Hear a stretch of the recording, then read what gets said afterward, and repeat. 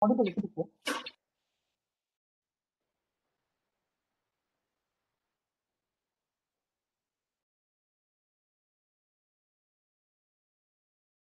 And Dr. Joel from Christian Medical College, Vellore. This, as we are all discussing right now, the chapter of complications of plastic surgery. A very important complication which we all have faced in some part of our training and practice is definitely graft infection. So if you look at the incidence of actually graft infections happening in a regular practice, and what we see is around 0.2 to 0.5%. But this range is predominantly because it depends on the site at which the graft is placed and the indication for the intervention, was it a dialysis procedure, was it an emergency procedure, was it done for an aneurysm, or was it done for an occlusion, and the underlying host defense mechanisms depending on the immune status. So if you look at this table, it is actually giving the report showing the different incidences that the graft is implanted. You see that areas of lymph node bases, such as the axilla and the femoral region, you can see the incidence of graft infections are much more. Which again reflects on the fact that the implant site does make a difference in graft infection. So based on this, there's been certain classifications that have been proposed based on the time of appearance of the infection in relation to the post-operative overlying wound infection, as well as the extent of the graft that is infected. So based on the time of appearance, if it is less than 4 months, it's referred to as early infection. So usually we see this in especially in gram-negative bacteria, which are highly virulent, and the patient usually presents in sepsis and with advanced wound infection. However, lesions which appear more than 4 months later are usually caused by organisms such as staph, which are predominantly low virulence. They do not have overt signs of sepsis. In relation to the postoperative wound infection, we have the Silagi classification, where there is 1, 2, and 3, where 1 is just cellulitis, while 2 involves the subcutaneous tissue, and 3 is beyond the subcutaneous tissue, and where the vascular process of the graft is actually exposed. And Bunn's classification has described further based on the graft that is extent of the graft that is involved. They have classified as peripheral graft infection, graft enteric erosion of fistula, and aortic stump sepsis after we debride and excise the infected aortic graft. So the peripheral graft infection has been classified as P0, 1, 2, and 3. So P0 is refers to any cavity graft infection, that's the aortic graft and aortic aneurysm. On P1 is a non-cavity graft, such as anatomic fibers like a femoral crossover or even dialysis access grafts. P2 is referred to as an extra cavity portion of a graft which is originally cavitary, such as an aortobifemoral bypass, where the groin segment or the femoral segment of the distal limbs are the extra cavity portion, or prosthetic patch angioplasty, which is referred to as P3, that is like an endarterectomy at the capillaries of the femoral with a prosthetic patch. So how does the infection occur is, first maybe the different modes at which the infection can occur, but the underlying practice has come to these 4 steps. First, there is addition of the infective organism or the bacteria to the graft, and these bacteria then multiply and form microcolonies by forming a bacterial biofilm. So this biofilm can be resistant to the host defense mechanisms. So even though this is an activation of host defense and inflammation, the inflammatory response then spreads to the tissue surrounding the graft, and it can involve the anastomosis between the graft and the native artery. So this is flowchart has been shown in Rutherford also. There are different parts of the graft. That is at the graft surface, the bacteria again cause an inflammatory process, and on the which adheres to the graft surface, colonizes, forms a biofilm, and this also protects it from the native host defense mechanism, again resulting in bacterial growth and again forming a vicious cycle. Same way, at the anastomosis, it can cause inflammation, cause arthritis, decreases tensile strength, causes pseudoaneurysm, and again cause bleeding or a blowout. And the surrounding tissue of the inflammatory reaction then again causes of the oscillation of the surrounding tissue. It forms a cavity as well as with seroma leading to formation of an abscess, and this abscess can spread along the planes of the graft and then worsen infection and again further cause propagation of the infection distally or proximally. So how can the graft get infected? It can be by different mechanisms. One, perioperative contamination that was also what we refer to as a technical error, the technical aspect of the surgical procedure, or it is a distant source of infection. This is the lungs, the pneumonia, or the foot, or any other, or a urinary infection.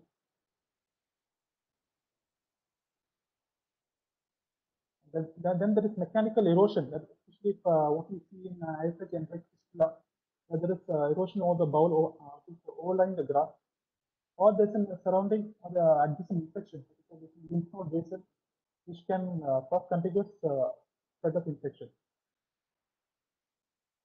So, what perioperative contamination can be in the form of lack in aseptic techniques or any can lead in decreased wound healing, or any remote signs of infection that is related to the blood-borne foreign infection or any lymphatic spread of infection. Disease arterial wall, especially following an endovascular procedure where the arterial wall can be complete, or if you are re-exploring a patient or where the wound is has not of fibrosis, there is delayed wound healing. So patient with bacteremia also has prolonged antibiotic therapy. They have an altered immune status. Mechanical erosion due to the graft can cause erosion or a fistula. It is the pulsatile movement of the graft against the bowel, causing chronic ischemia against the bowel wall. Or this is an additional infection, like in the bowel, there's a diverticulitis, which can infect dilated biofemoral graft, or this is an infected lymphocyte at the groin, at where we do an dilated biofemoral, which can also affect the limbs of the dilated biofemoral graft. To summarize the factors which can cause perioperative factors such as prolonged hospitalization, especially in elderly patients who have MRSA, or patients in remote infection, or disease arterial wall, like this is or break-in aseptic technique, like that's a technical aspect, emergency surgeries, reoperations, longer operating times, or for any other reason where the GI tract of the urinary tract is opened at the same time, or a suppression of the factors which cause immunocompromise, IMC, lymphocortical, autoimmune, steroids, chemotherapy, general malnutrition, diabetes, CKD, or even CLD. So, what are the most common bacteria that is explained in this infection is Staph aureus? The most prevalent, about up to 50%, and depends on more likely on the implant site. Other lesser common organisms are gram-negative organisms, mainly from the GI tract. What we normally see in enteric fistulas or enteric erosions. And they're highly virulent because of the endotoxin that is by the organism.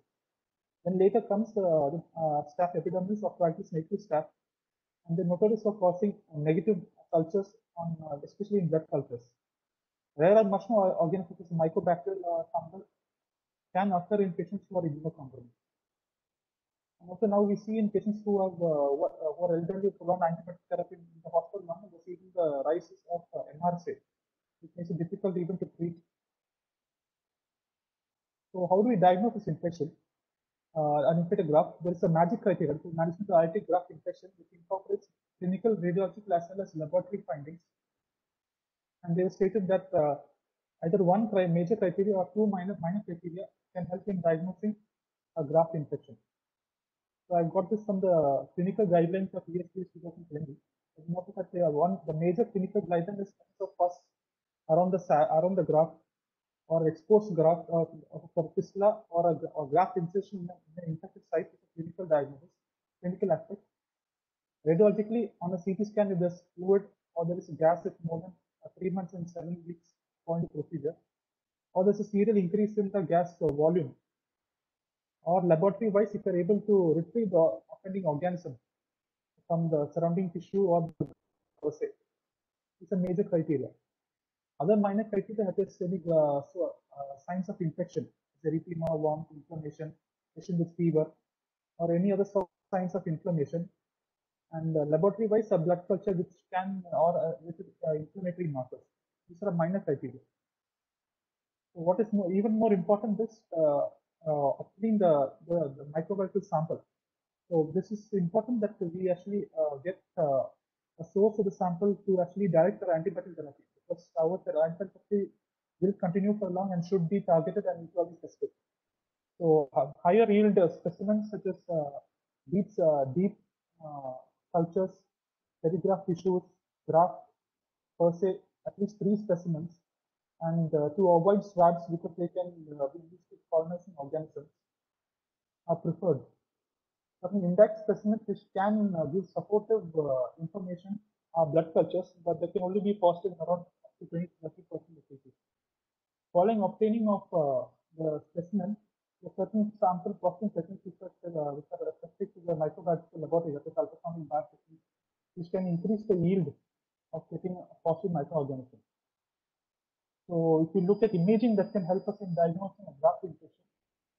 The first one we made a comment to and we also are very familiar with this use of an ultrasound.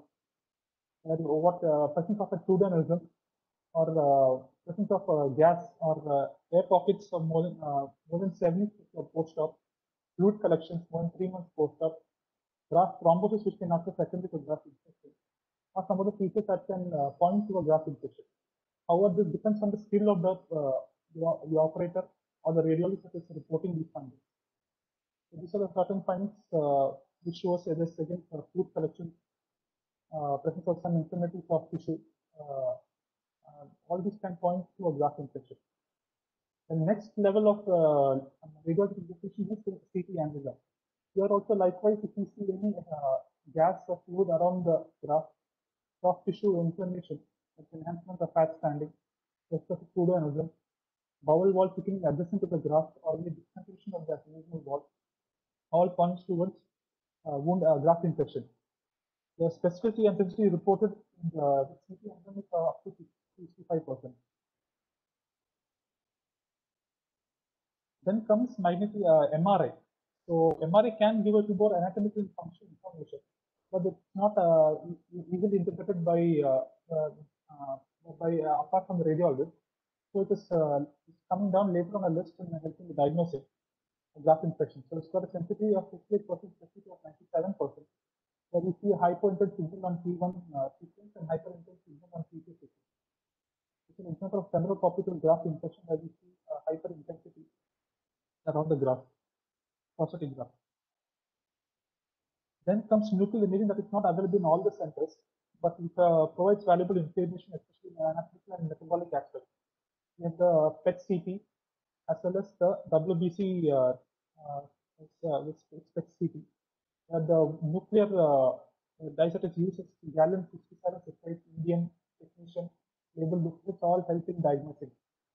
So the 18 fluorodeoxy glucose can the PET-CT can show areas where there is enhanced metabolism and can help diagnosing by differentiating between periprosthetic collections as well as involvement of the graft material.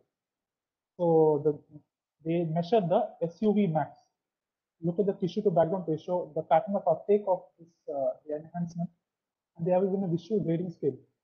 So if they see that this SUV max is more than 8 in the perigraft area, it's a homogeneous uptake of the enhancement in a linear diffuse manner.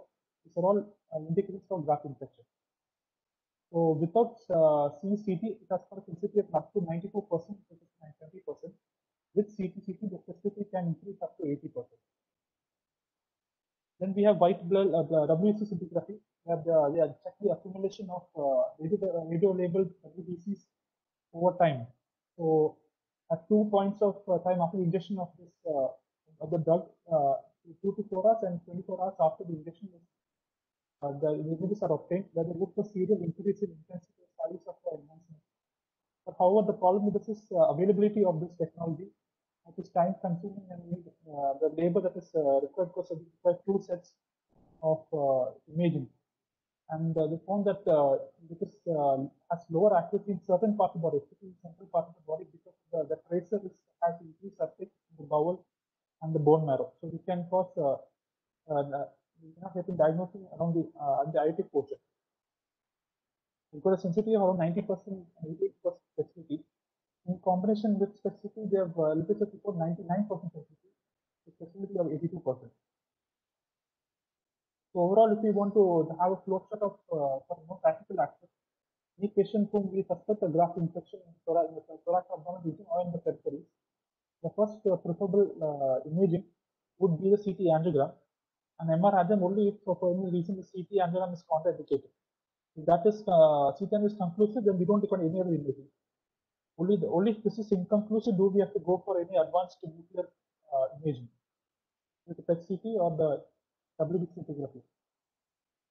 The most important aspect in managing this prevention can be both the preoperative, operative as well as post-operative period. So the main principle is decreasing the hospital stay. Certain other methods which we use in our practices, the use of antibacterial shower of scrub the night prior to surgery. Make sure there is no other distant source of infection. Removal of the hair on the proposed surgical site on table. Use of certain adjuncts such as iodine impregnated drapes and sterile technique and avoiding any other gastro or urinary procedures at the same time.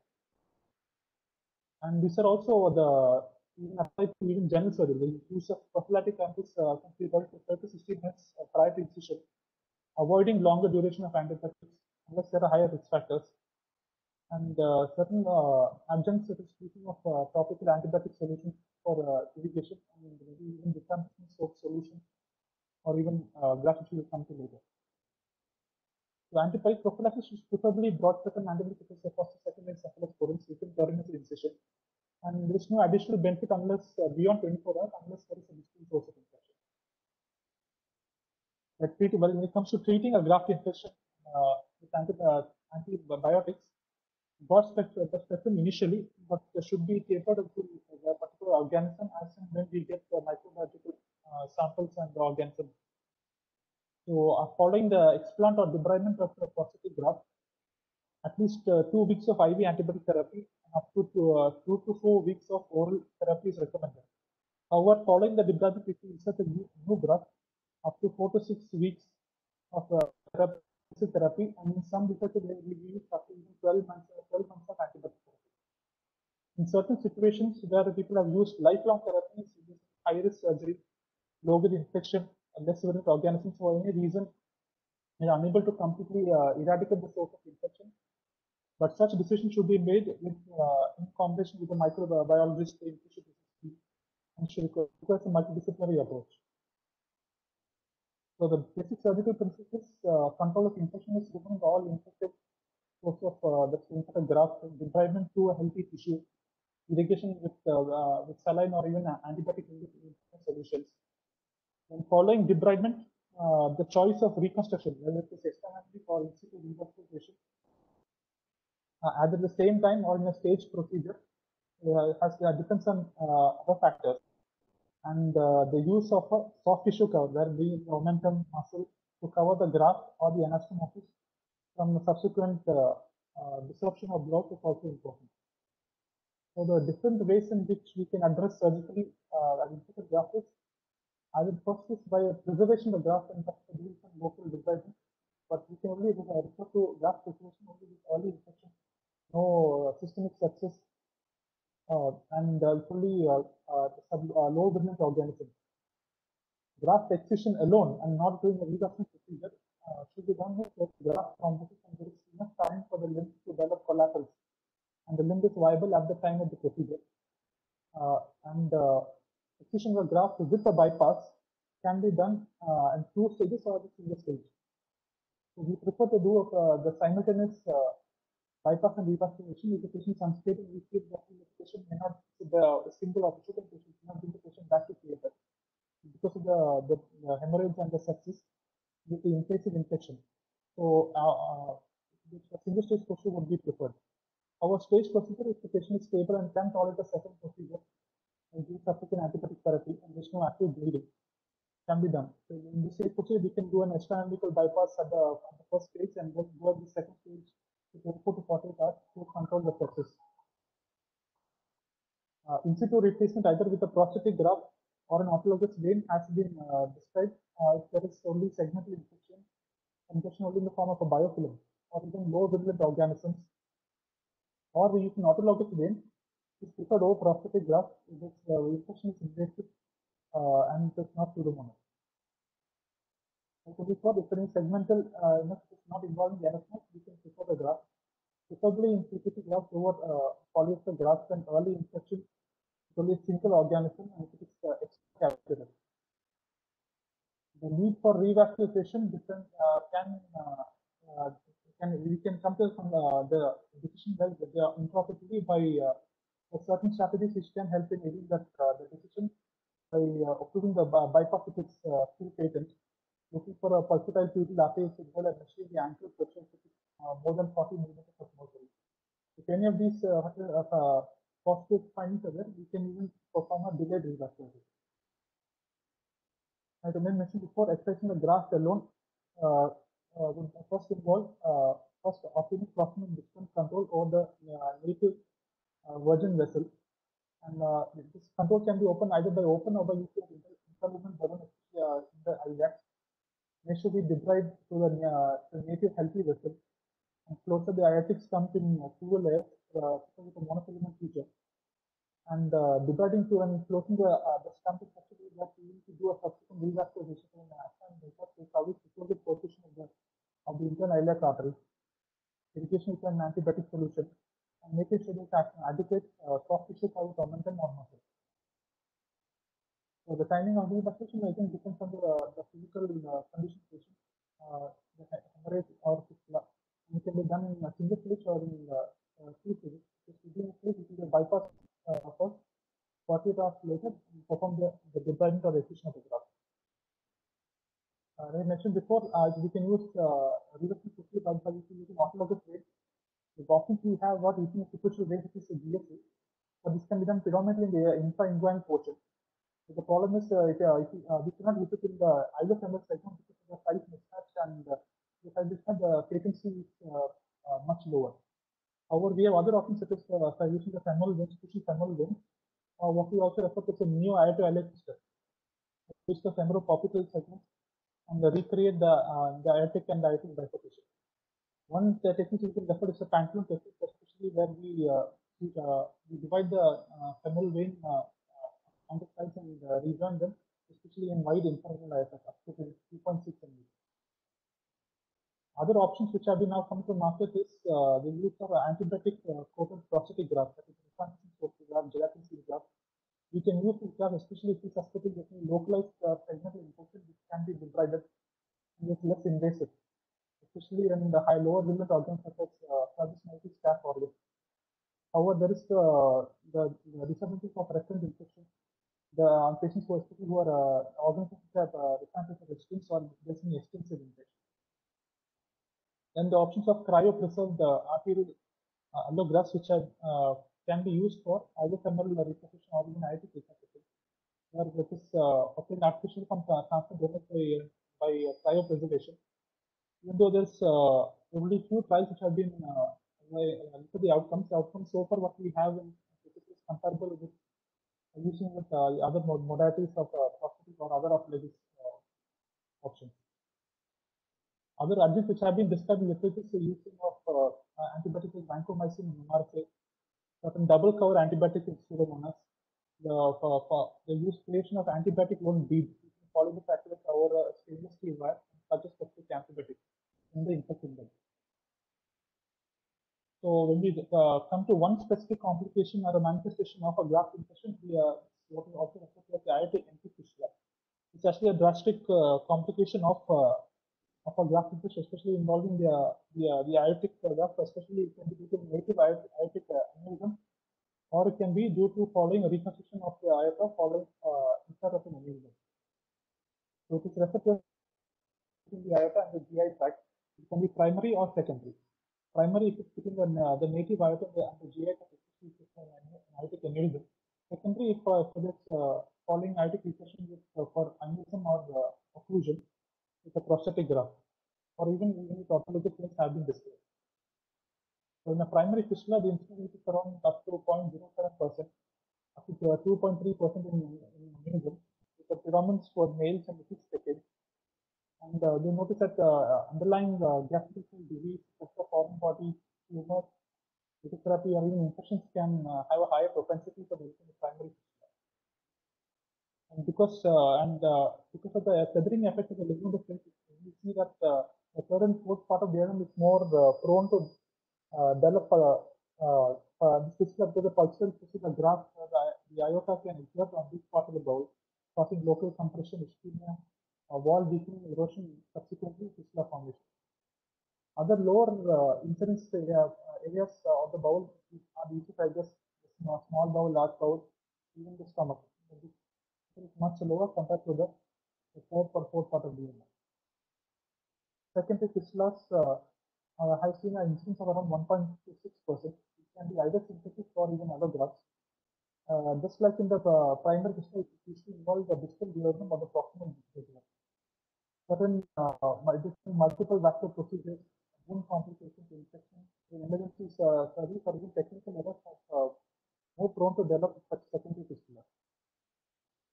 So it can be called either a graft centric fistula. The communication is at the crucial line, which results in dissection anastomosis and predominantly bleeding, GI bleed, or it's referred to as an erosion if it's into a graft fabric.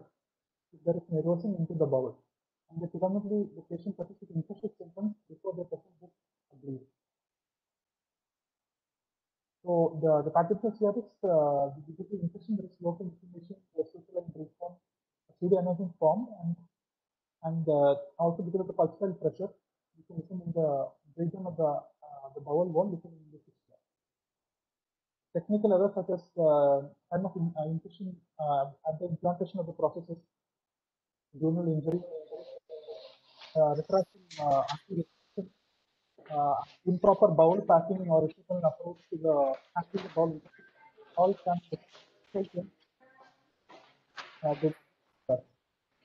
endovascular repair also has seen a formation of stages of endoleak, residual sac, or just multiple coiling effects to repair this endoleak can cause of the coil to the bowel. Portion of the to the aorta is a person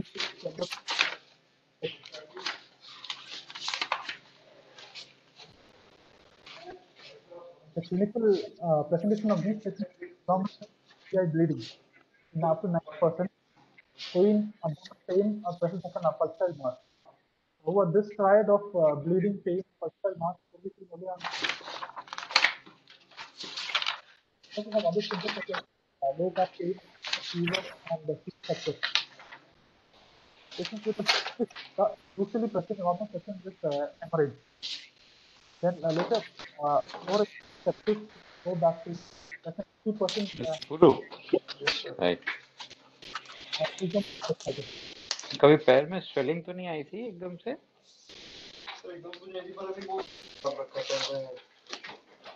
stocking? अच्छा, ये निकाल दोगे तुम?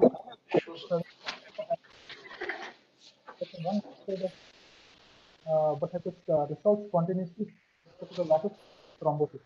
However, most likely within 50% chance of 24 hours,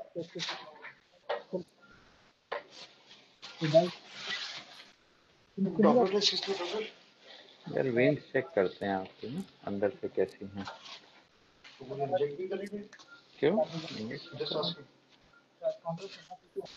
पैर को घुमा लो बाहर की तरफ। कोविड हुआ था तब पैरों में सूजन तो नहीं आई थी? fluid, gas, soft tissue, can show that the bowel looks adherent to the aortic graft. You can even demonstrate the contact specifically from the aorta into the bowel. But the patient is only 60%. The role of upper GI protein in this patient is mainly to do other sources of bleeding. But sometimes at the time of scoping, we can visualize the graft. We can do an ulcer or erosion with a clot. It's adherent to the area of the fistula. We can see a pulsatile mass, sometimes uncommon. It's preferred that we do this procedure predominantly in the operation theater, because at the time of the procedure, we can always do the possibility of disclosing of the clot and detecting the facial bleeding. Because the 25% detection rate, and the angiography is done, but it's now less performed because of the advanced techniques of CT, and even because you can get all the information you require. If you look for the arterial anatomy, the by doing antigraphic. Like in other graph engine, we can look at MRI, we can have imaging, campus and campus, but these are less practical output image. So treatments are also same lines as in treating any graph interface. First, predominantly almost always surgical. Because medical therapy is the first thing is stabilizing the patient because of hemorrhage and the and then the second priority would be resolving the limb. The ENT managed medically initially after speculation these surgical treatments because the patient can easily regain up to 30% in 6 hours and 50% in 24 hours. So the surgical aspect of control center would be laparotomy, proximal control, first predominantly, then distal control with an iliac clamp or with a balloon occlusion of the graft or the aneurysm. The primary repair or restriction of the involved portion of the bowel. The aorta is then divided, infected, and then the reconstruction is either an extra ampute bypass, which is a graft infection, or stump closure, followed by soft tissue cover. And antibiotic therapy is used in graft infection to be just a specific antibiotic report. And the patients with prostate cultures at least 4 to 6 weeks of IV antibiotic therapy has been reported in literature. Patients who have secondary fistulas, graft replacement alone can be done. And sometimes even institute replacement with either autologous or a prosthetic graft, or extremity bypass or endovascular repair can also be done with lifelong antibiotic therapy. Like I mentioned before, graft is only done if there's any sufficient collateral basis. Institute reconstruction with allografts, antibiotic coated synthetic grafts. However, the results are controversial. We also have the several topical ways, but it is cheaper than synthetic coated graft, synthetic graft. It is more time consuming and always. So we have to propose the approach to patients with graft infection, especially the patient with, and we can have the facilities to do an endovascular repair. We can bridge the therapy with an endograft repair so that stabilize the patient and then take the patient up for surgery. And the patient is not fit for surgery, also other completely or palliative approaches. The patient fit for surgery, the options we have are control infection with expansion graft with reconstruction by oral investigation, followed by antibiotic therapy, and bowel repair along with explantation repair. So my main sources were from the reports as well as previously guidelines for graft infection.